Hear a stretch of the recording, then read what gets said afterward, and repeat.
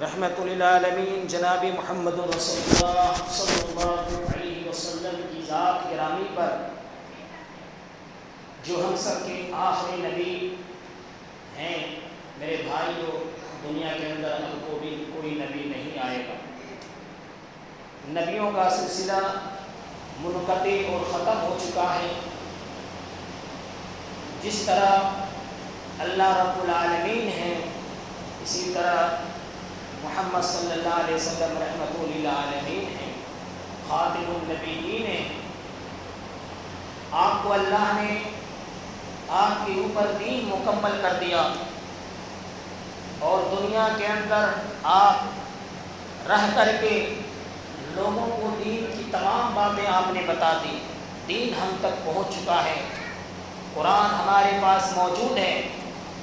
اب انبیاء کرام اس دنیا میں تو نہیں ہیں، لیکن ان کی کتابیں موجود ہیں، ان کے وارثین علماء دین جو کتاب اللہ اور سنت رسول اللہ کی تعلیم، تبلیغ، اس کی اشاعت کرنے والے موجود ہیں۔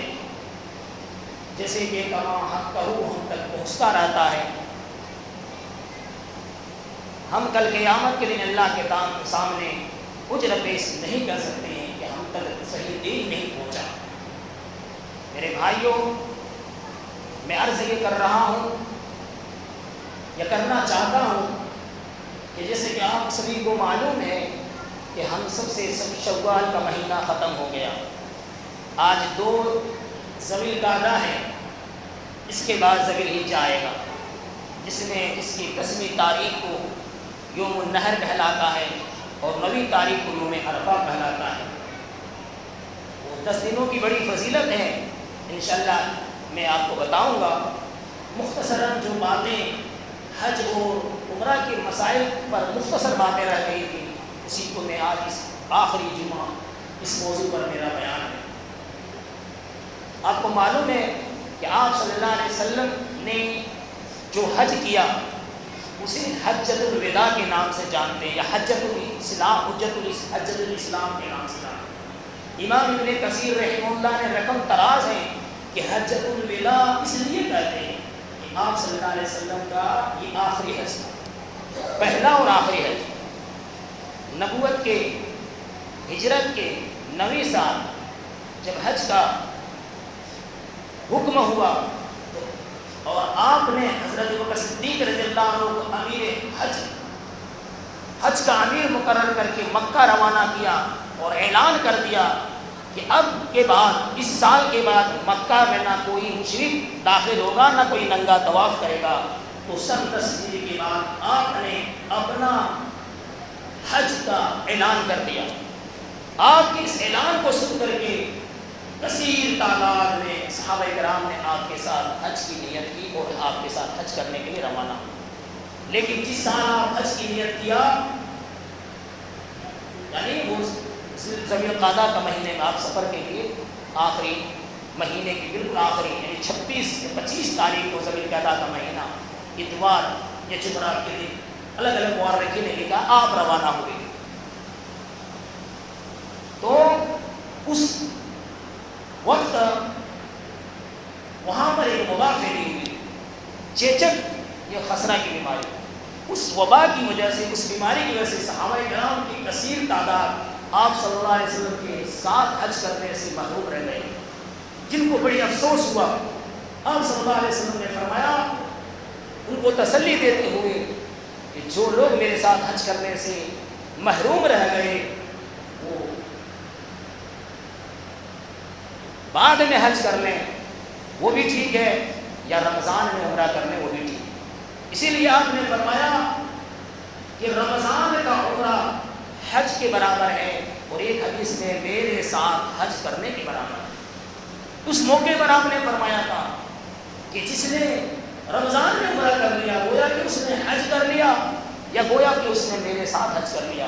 آپ کے ساتھ سفر میں 1 لاکھ سے زیادہ صحابہ کرام روانہ ہوئے۔ آپ صلی اللہ علیہ وسلم نے حج کی نیت کی اور مدینہ سے روانہ ہو گئے۔ آپ نے مدینہ میں ظہر کی 4 رکعتیں نماز ادا کی اور روانہ ہو گئے۔ اور مکہ میں جب آپ ذی الحلیہ پر پہنچے وہاں پر آپ صلی اللہ علیہ وسلم نے قصر کیا، عصر کی نماز، اور اس طرح سے آپ کے ساتھ صحابہ کرام اور خواتین بھی تھے. آپ کے ساتھ آپ نے جو قربانی کے لیے جانور اونٹ لے گئے تھے وہ آپ کے ساتھ تھے. آپ نے اونٹوں کو وہاں جا کر کے ذی الحلیہ میں پہنچے، وہاں آپ نے 2 رکعت نماز پڑھی اور احرام باندھا، اور احرام کی نیت آپ نے عمرہ اور حج کا کیا. کیونکہ آپ حج تاریخ تھے، آپ نے کیا کہا؟ اللہم لبیک انی عمرۃ وحج، اے اللہ میں حاضر ہوں عمرہ اور حج کے لیے. چونکہ اہل عرب زمانہ جاہلیہ اس زمانے میں کیا کہ حج کے موسم میں عمرہ کو گناہ سمجھتے تھے، اس لیے اللہ رب العالمین نے حضرت جبرائیل کے ذریعے اللہ کے نبی کو حکمت دیا کہ آج میرے پاس صبح کی نماز میں جبرائیل آئے اور اعلان کیا کہ حج کے موسم میں عمرہ بھی کر سکتا. تو آپ نے عمرہ اور حج کا احرام باندھا اور آپ کے ساتھ آپ کی بیویاں بھی تھیں، اور آپ اس طرح سے تلبیہ پکار رہے ہیں. کیونکہ تلبیہ پکارنا اس کی بڑی فضیلت ہے، اور یہ تلبیہ کہنے کا حکم ہے، اور بلند آواز سے مردوں کو کہنا چاہیے. خواتین ہیں تو دھیمی آواز سے کہیں گی اتنی آواز کے وہ خود سن سکیں، لیکن مرد حضرات بلند آواز سے تلبیہ کہیں گے، کیونکہ تلبیہ یہ ایک ایسا کلمہ ہے اور تلبیہ کہنے کی بڑی فضیلت ہے. اللہ کے رسول صلی اللہ علیہ وسلم نے فرمایا ما من ملب یلبی الا لبى عن یمینہ وعن شمالہ من شجر وحجر او مدر تنقع الارض، کہ جو بھی تلبیہ پکارتا ہے تو تلبیہ پکارنے کی وجہ سے اس کے دائیں جانب سے اس کے بائیں جانب سے شجر ہو، درخت ہو یا زمین کے کنارے تک جو بھی سنتا ہے اس کے ساتھ تلبیہ پکارتا ہے تو وہ سارے تلبیہ پکارنے کا ثواب تلبیہ پکارنے والے کو ملتا ہے. اس کو ملتا ہے تلبیہ پکارنے والے کو، اس لیے آپ بلند آواز سے تلبیہ پکار رہے ہیں. اور اس طرح سے آپ تلبیہ پکارتے پکارتے آپ کے ساتھ جو اونٹ تھا، آپ اونٹ لے گئے تھے آپ کو معلوم ہے، اور اس اونٹ کا آپ نے کیا کیا؟ اشعار کیا اور اس اونٹ کو قلادہ کیا.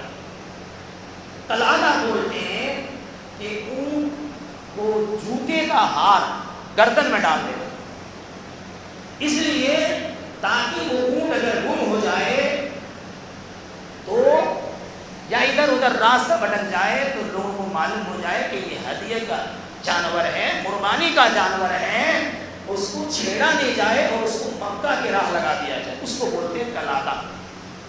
اور اشعار بولتے ہیں کہ اونٹ کا جو کوہان ہوتا آپ نے دیکھا ہے اس کی دائیں جانب تھوڑا سا کٹ لگانا، چیرا لگانا، اور اس سے جو خون رس آئے اس خون کو کوہان کے اوپر مل دینا. تو آپ نے کیا کیا؟ قلادہ بھی کیا اور اس اونٹ کو اشعار کیا اور آپ اس کو لے کر کے روانہ ہوئے. اس طرح سے آپ جو ہے آپ نے پہلے عمرہ کیا، اور عمرہ کرنے کے لیے آپ کو معلوم ہے سب سے پہلے آپ مکہ میں داخل ہوئے تلبیہ پکارتے ہوئے، اور سب سے پہلے آپ نے وضو کیا، احرام تو باندھے ہوئے تھے، اور طواف کعبہ کیا. طواف کعبہ آپ کو معلوم ہے کہ آپ نے کیسے کیا؟ 7 بار طواف قدوم آپ نے کیا. ایک گرد لگایا تو حجر اسود سے شروع کیا، اور حجر اسود اور رکن یمانی ہر طواف میں حجر اسود کو بوسا لیا، رکن یمانی کو چھپا. اور ان طواف کے دوران آپ اس دعا کو پڑھتے ربنا آتنا فی الدنیا حسنۃ وفی الآخرۃ حسنۃ وقنا عذاب النار. اس کو پڑھتے اور طواف کرتے. اور طواف کے لیے وضو شرط ہے، اور طواف کے لیے پاکی شرط ہے. جیسے کہ حائضہ نفاس والی کوئی بھی عورت حج کے سارے ارکان کر سکتی ہے لیکن طواف نہیں کر سکتی ہے. جیسے کہ اما ایسا خود اس وقت جب اللہ کے رسول کے ساتھ تھی تو ان کو حیض آ گیا. اللہ کے رسول نے کیا کہا کہ تم اپنے سر کے بال کھول لو اور غسل کر لو، اور ایک جو حج کے سارے کام کرو مگر طواف نہ کرو. اسی طرح آپ کے ساتھ حضرت اسماء بنت ابی رضی اللہ عنہا بھی تھی، جنہوں نے اسی حج کے دوران اسماء بنت عمیس نے ابی بکر کو جنم دیا، تو وہ نفاس ہو گئی. اللہ کے رسول میں مسئلہ پوچھا اللہ کے رسول نے فرمایا کہ تم غسل کر لو اور ایک ٹائٹ لنگوٹا مار لو اور طواف کے علاوہ سارے کام کر لو. تو حائضہ اور نفاس والی حج کے سارے کام کر سکتی ہے، لیکن جب تک، اسی لیے اللہ کے رسول نے فرمایا ہے کہ حائضہ اور نفاس والی عورت کو طواف وداع رخصت ہے. یعنی ایسی عورت اگر طواف وداع نہیں کرے تو جائز ہے، رخصت ہے. طواف وداع مطلب جب سے آخر میں جب آپ اس حج کے سارے ارکان مکمل ہو جاتے ہیں تو طواف وداع کر کر کے آدمی اپنے منازل کے در رخصت ہوتا ہے. تو اللہ کے رسول صلی اللہ علیہ وسلم نے عمرہ کیا تو 7 چکر میں 3 پہلے چکر میں رمل لگائے. کیا لگائے؟ رمل. یہ صرف طواف قدوم میں ہے 3 چکر میں. اس کے بعد اور جتنے طواف ہیں، چاہے طواف افاضہ ہو جسے طواف زیارہ طواف حج کہتے ہیں، چاہے نفلی طواف ہو، چاہے کسی بھی طواف میں نہیں کرنا ہے، صرف ایک طواف قدوم میں 3 میں رمل کرنا ہے. اس کو رمل بولتے ہیں. 3 چکروں میں تیزی سے چلنا، تھوڑا سینہ اکڑتے ہوئے، اس کو رمل بولتے ہیں. وہ آج بھی ہے کیونکہ اللہ کے رسول نے کیا ہے. تو میرے بھائیوں تلبیہ پکارنا ہے، اور تلبیہ کے کلمات میں اللہ کے رسول نے بتا دیا ہے. اور چونکہ بیت اللہ شریف کی طواف اس زمانے میں وہاں قیام کے دوران سب سے زیادہ طواف ہی افضل ہے. کیوں ہے؟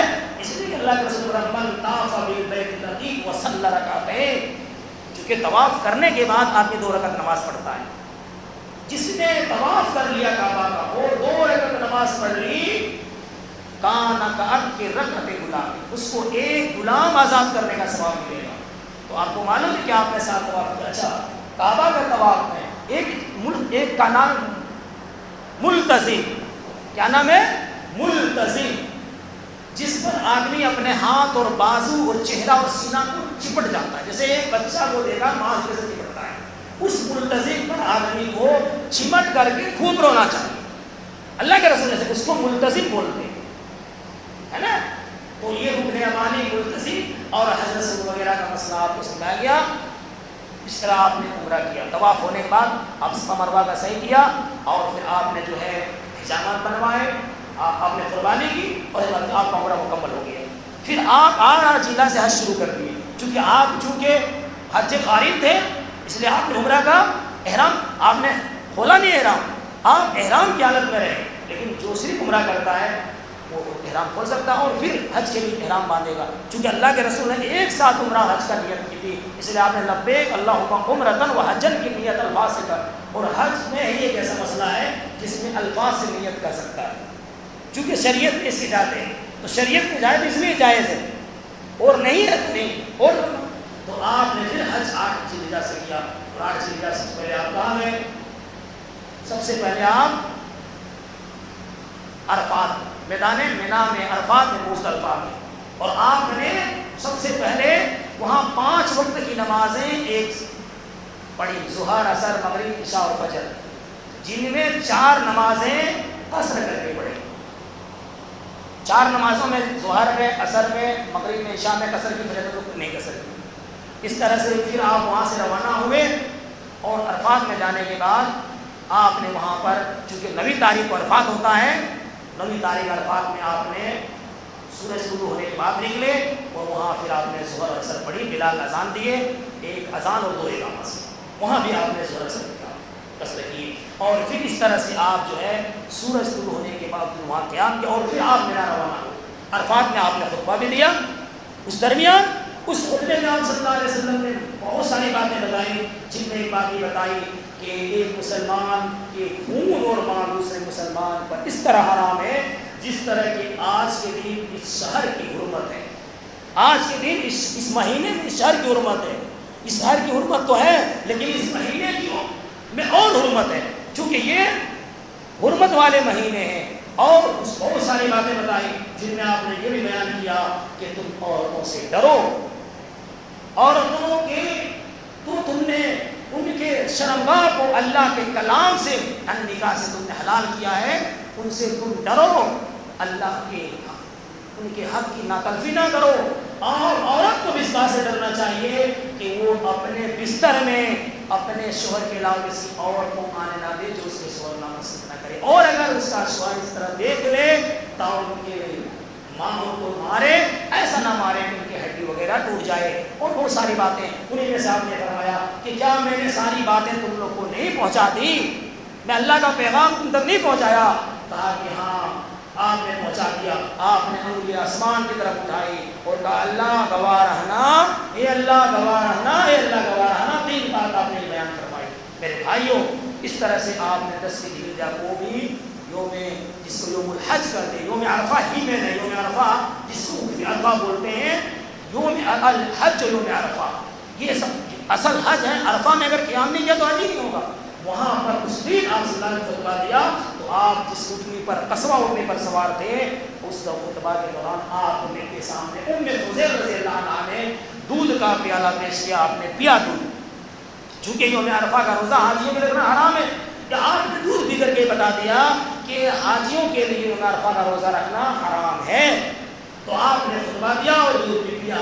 اور اسی طرح سے پھر 10 ذی الحجہ کہ آپ یوم اضحیٰ یوم النحر کو آپ نے یوم عرفہ جو ہے یہ ایسا دن ہے، اللہ کے رسول نے فرمایا کہ تم یوم عرفہ کے دن ایک آیت مکمل نازل ہوئی۔ یہودی کہتے ہیں اگر ہماری کتاب میں یہ آیت نازل ہوتی تو ہم اس سے بڑا کوئی خوشی نہیں مناتے، اس سے بڑا کوئی تہوار نہیں مناتے۔ وہ آیت کہ الیوم اکملت لکم دینکم واتممت علیکم نعمتی ورضیت لکم الاسلام دینا، کہ آج کے دن تم پر تمہارا اسلام مکمل ہو چکا ہے۔ آپ نے حج کر کے ساری باتیں بتا دی، اور پھر آپ نے یہی خطبہ جس میں چند باتیں ادھر ادھر تھی آپ نے بیان کیا حجۃ الوداع کے دور۔ یوم عرفہ ایسا دن ہے جس دن سب سے زیادہ دعائیں قبول ہوتی ہیں، اس لیے اللہ کے رسول نے کیا فرمایا کہ تم دعا کیا کرو، اور اسی دن اللہ تعالیٰ سب سے زیادہ جہنمیوں کو آزاد کرتا ہے۔ دنیا میں سب سے زیادہ جہنمیوں سے انسان کو کس دن آزاد کرتا ہے؟ یوم عرفہ کا دن۔ اور یوم النحر یہ سب سے افضل، یہ قربانی کا دن، اللہ کے رسول یوم النحر یوم القر یہ ایسے دن ہے کہ اس دن کوئی بھی عمل اللہ کے کیے ہوئے نیک عملوں کا مقابلہ نہیں کر سکتا۔ صحابہ نے پوچھا کیا میدان جہاد میں بھی اگر کوئی جہاد بھی کرے؟ کہا میدان جہاد والا جہاد بھی نہیں، اللہ یہ کہ کوئی آدمی اپنی جان اور مال کے ساتھ میدان جہاد میں نکلے اور جان مال سب چیز کو قربان کر جائے، یعنی شہید ہو جائے، تو وہ عمل ایک ایسا عمل ہے کہ ان دنوں میں کیے ہوئے نیک عمل کا مقابلہ صرف وہ جہاد وہ مجاہد کر سکتا ہے۔ میرے بھائیو کتنا بڑا عمل ہے، وہ بھی خاص مقدس مقام میں۔ خوش نصیب ہے وہ حضرات جو اس سال جا رہے ہیں۔ میں آپ خوشی باعث کے دعا کرتا ہوں، اور میں ان سے کہتا ہوں کہ آپ بھی ہم لوگ کے لیے دعا کریں وہاں جا کر کے، اور اس حالت میں کہ اللہ آپ کی دعا قبول کرے اور ہم لوگ کو بھی بلائے۔ میرے بھائیو 10 ذی الحجہ کو آپ نے خطبہ دیا جن میں یہ بھی تھا کہ اللہ سے ڈرو، کیونکہ اللہ سے ڈرنے کی نہیں ڈریں گے، اللہ کے ڈرے بغیر کوئی کام ہی نہیں ہوتا ہے۔ جو آدمی اللہ کا ڈر رکھتا ہے وہ آدمی حرام سے بچتا ہے، وہ آدمی رشوت سے بچتا ہے، وہ آدمی جھوٹ سے بچتا ہے، وہ آدمی سود سے بچتا ہے، وہ آدمی دھوکہ دھڑی سے بچتا ہے، کیونکہ اصل چیز تقویٰ ہے۔ اور تقویٰ ہاں ہونا کہا اللہ کے رسول نے، تقویٰ ہاں ہونا آپ نے اپنے سینے کی طرف اشارہ کیا، کہا تقویٰ کی جگہ یہ ہے، تقویٰ نہیں تو کچھ نہیں، اللہ سے نہیں ڈریں گے۔ ارے اللہ کی کاریگری پر ذرا غور کرو، اللہ نے ہمیں کیسے بنایا ہے۔ ہمارے دماغ کے اندر ایک میموری ہے جسے ہم میموری کہتے ہیں۔ آج اسی میموری کو دیکھ کے سائنس نے میموری کارڈ بنایا جس کو ہم کہتے ہیں 1 GB 2 GB 3 GB۔ آپ کو معلوم ہے کہ انسان کی کتنی GB میموری ہے؟ 1000 ٹیرا بائٹ ہے۔ 1024 MB میں 1 GB ہوتا ہے، اور 1024 GB کے اندر 1 ٹیرا بائٹ ہوتا ہے۔ 1000 ٹیرا بائٹ اگر یوں کیا جائے تو ایک انسان کی میموری کے اندر اتنی کیپیسٹی ہے کہ 10 لاکھ میگا بائٹ ہوتا ہے، جس کو ٹوٹل ملا کر کے اگر ویڈیو بنایا جائے ایک انسان کی میموری کا تو 30 لاکھ گھنٹے ویڈیو بن سکتے ہیں ایک انسان کی میموری میں۔ اگر جس کو مسلسل سنا جائے تو 300 سال تک وہ اس کی میموری کی ویڈیو سن سکتے ہیں۔ اللہ نے ایک میموری انسان کی کتنی بنائی، پوری زندگی میں انسان آدھی میموری بھی استعمال نہیں کرتا ہے۔ جو انسان کو اللہ نے میموری دی ہے، انسان کے دماغ دیے، اس دماغ کا 1/3 حصہ بھی استعمال نہیں کرتا۔ کتنی بڑی میموری ہے، اس لیے آپ کو معلوم ہوگا کہ ایک انسان ڈاکٹر بن سکتا ہے، ایک انسان انجینئر بن سکتا ہے، ایک انسان حافظ قرآن بھی بن سکتا ہے، ایک انسان عالم بھی بن سکتا ہے، ایک انسان لیکچر بھی بن سکتا ہے، ایک انسان سب کچھ بن سکتا ہے۔ یعنی اگر وہ اپنی زندگی میں محنت کرے تو ایک نہیں کئی چیزیں وہ بات سکتا ہے۔ قرآن کتنا بڑا ہے، لیکن دیکھ لو آپ قرآن مکمل آدمی یاد کر لیتا ہے۔ تو میرے بھائیو انسان کی صرف دماغ میں رکھو، اس اللہ نے اس دماغ کو بنایا، ایسی کاریگری، اس اللہ سے نہ ڈرے۔ اس اللہ نے ہم پر اور آپ پر، ہم میں سے جن کو سارے معاملات اس پر حج فرض کیا ہے تو حج کرنا چاہیے، اور آپ نے حج کر کے بتا دیا اور آپ اس دنیا سے چلے گئے، لیکن وہ حج فرض قیامت کی صبح تک ہم میں سے جو صاحب استطاعت ہے اس پر فرض ہے۔ اگر فرض ہونے کے بعد بھی وہ حج نہیں کرتا ہے تو وہ گناہ گار ہے۔ لیکن افسوس کا مقام یہ دیکھا جاتا ہے ہندوستان کا کہ ہم میں سے اکثر لوگ پر حج فرض ہے، لوگ نہیں کرتے ہیں۔ حج نہیں کرتے ہیں، جب فرض فوراً کرنا چاہیے۔ اب وہ نہیں دیکھنا چاہیے کہ میری بیٹی کی شادی نہیں ہوئی ہے، میرا فلاں کام نہیں ہوا ہے، میں ریٹائر ہوں گا۔ ہمارے یہاں کیا رواج ہے کہ میں ریٹائر ہو جاؤں گا، میرے سارے کام میں بالکل فری بیٹھا رہوں گا تب حج کروں گا۔ کیوں؟ ذہن اس لیے بنا ہوا ہے کہ ابھی جوان میں چلا جاؤں گا تو پھر گناہ کروں گا تو پھر تو میں گناہ گار ہو جاؤں گا، ساری جو ہے گناہ کر کر کے اور پاپ سے بھر جاؤں گا، اور پھر میں بوڑھا ہو جاؤں گا تب حج کرنے جاؤں گا تو گناہ، یہ سوچ کر کے کرتے ہیں۔ حالانکہ حج سب سے زیادہ جوانی کا ہر عبادت پسند ہے، اور آپ کو معلوم ہے کہ پوری دنیا میں سب سے نوجوان حاجی جو ہوتے ہیں وہ انڈونیشیا کے ہوتے ہیں، انڈونیشیا سے زیادہ جوان، کیونکہ وہاں کا اکثر رواج یہ ہے کہ جب تک وہ حاجی نہیں ہوتا ان کا نکاح نہیں ہوتا ہے، وہ شادی سے پہلے حج کرتے ہیں۔ میرے بھائیوں، جس طرح سے آپ یہاں کرتے ہو کہ ہمارا داماد ڈاکٹر ملے، انجینئر ملے، وہاں کے لوگ کرتے ہمارا داماد حاجی ہو، تو اسی لیے اور سب سے زیادہ بوڑھے کہاں کے حاجی جاتے ہیں؟ ہندوستان، پاکستان، بنگلہ دیش کے، ویل چیئر پر طواف کرتے ہیں، ویل چیئر پر صفا مروہ کرتے ہیں، مزہ ہی نہیں آتا ہے۔ جوانی کا حج اور اللہ کی عبادت، اس لیے میرے بھائیوں آپ میں سے جو جوان ہیں اور اللہ نے طاقت دیا ہے، قوت دیا ہے، پیسے دیا ہے، آپ جوان میں حج کریں اور جوانی کی حالت میں جائیں اور وہاں روئیں اور گڑائیں، سب کام آپ جوان کی حالت میں کر سکتے ہیں۔ بوسا لے سکتے ہیں کیونکہ وہاں بھی بوسا لینے میں بڑی دقت ہوتی ہے۔ اللہ تعالیٰ سے دعا ہے کہ اللہ تعالیٰ یہ چند باتیں تھیں، اللہ تعالیٰ ان باتوں پر غور کرنے اور ہمیں فکر کرنے اور دلوں کے اندر اس بات کو اتارنے کی توفیق عطا فرمائے اور عمل کرنے کی بھی توفیق عطا فرمائے اور اس کو ہم سب کو ایک اور نیک بنائے، ایمان پر خاتمہ فرمائے۔ آمین۔ وآخر دعوانا الحمد للہ رب العالمین۔